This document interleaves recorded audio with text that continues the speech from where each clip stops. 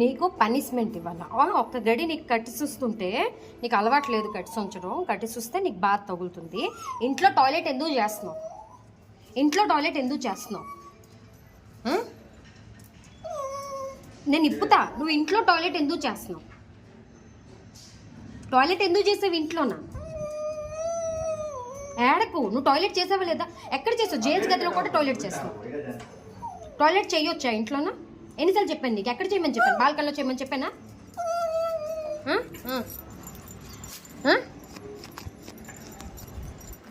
ఇప్పుడు సారీ చెప్తావు, మళ్ళీ ఒక గంట వదిలిన తర్వాత టాయిలెట్ చేసేస్తావు ఇంట్లోనా? టాయిలెట్ చేయను అని ప్రామిస్ చేయి, నేను తీసుకెళ్తాను. టాయిలెట్ చేయను అని ప్రామిస్ చేయి. Promise promise promise. మా టాయిలెట్ చేయకూడదు, సరేనా? Okay, punishment over. గో.